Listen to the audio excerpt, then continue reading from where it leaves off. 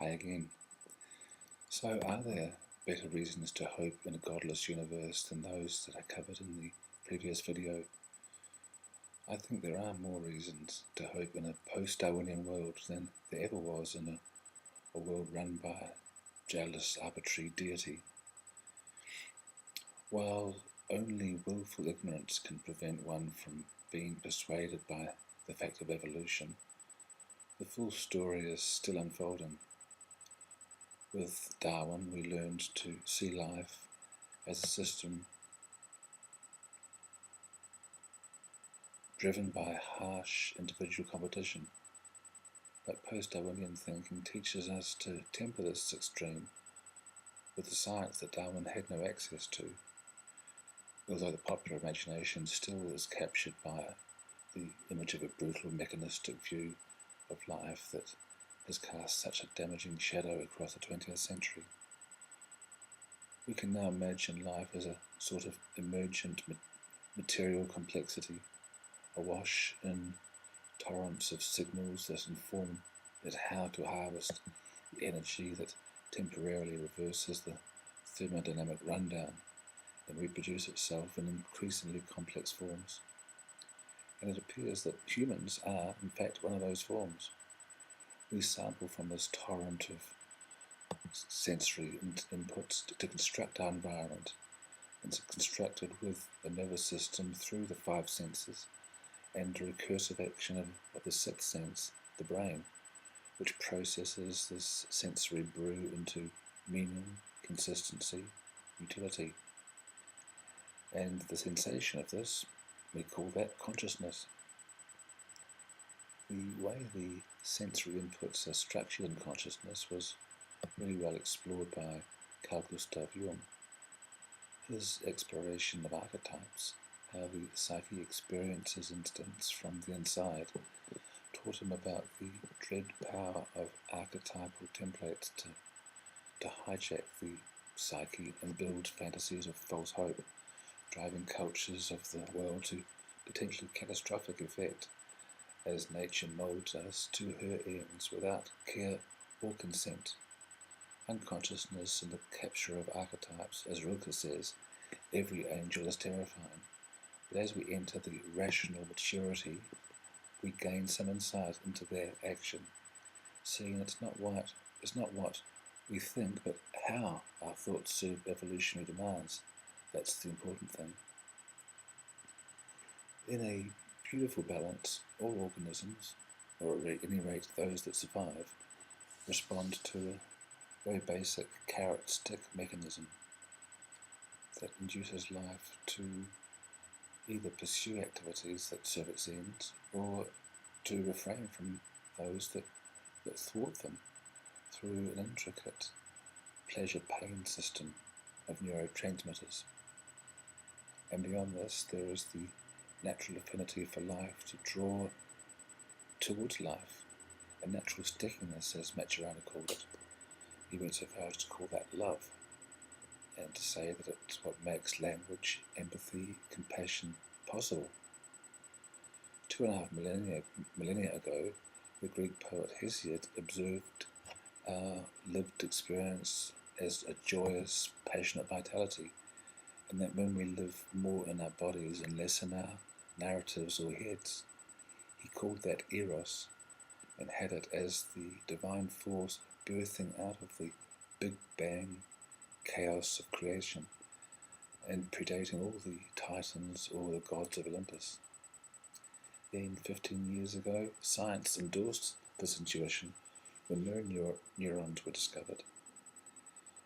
The world-renowned neuroscientist V.S. Ramachandran has predicted that this discovery would do for psychology what DNA did for biology. It's a big order. He suggested that the emergence of sophisticated mirror neuron systems set the stage for the emergence at an early stage of hominids and a number of uniquely human abilities such as proto-language, empathy, theory of minds, and the ability to adopt another's point of view.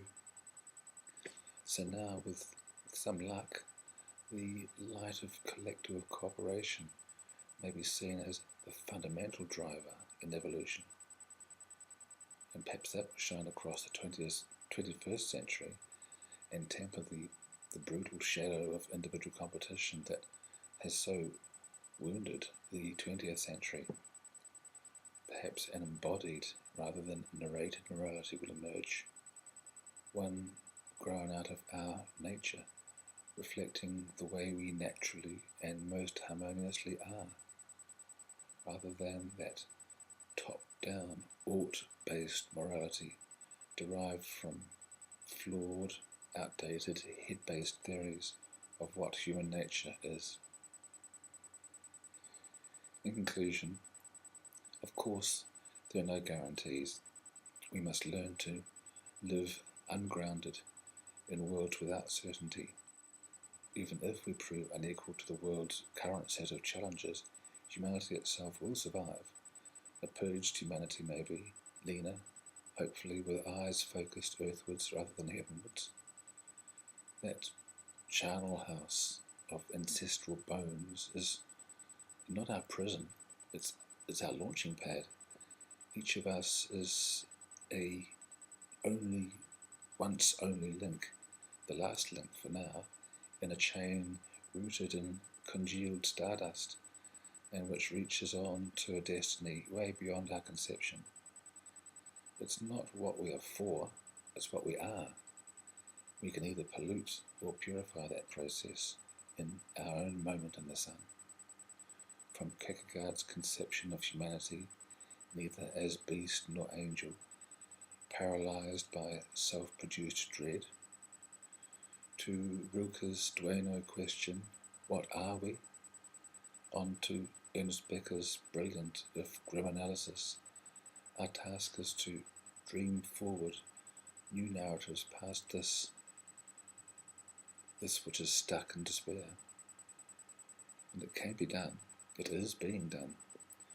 From neuroscience with knowledge of the brain, from psychology with knowledge of how we conceptualize our realities, and even from ancient wisdom where we master techniques stripped of the supernatural pollutants.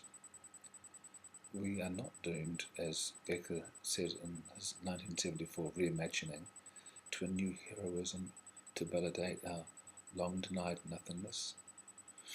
We are looking into the horror of the abyss, emptied of all comforting illusions, is the only real heroic act. Nor must we be trapped in the atheists' and religionists' despair from feeling betrayed by the ancient, empty, broken promises of divine protection. Instead, there are practices, radical praxis, of Vipassanas, deconstructing absolutes in a way postmodernism hasn't come close to, where the abyss is not threatening and reimagining heroism is not required, because there is no abyss. So, should we hope?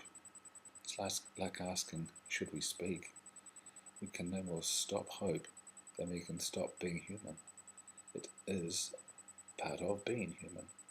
It is the fabric, the warp yarn to the weft yarn of despair. We need them both. They're essential to the fabric, but both are unworkable in the absence of the other. And hope is the vertical thread by which humanity ascends, and there is no possibility of despairing of the life force, the eros, that has always called us forth from the mud.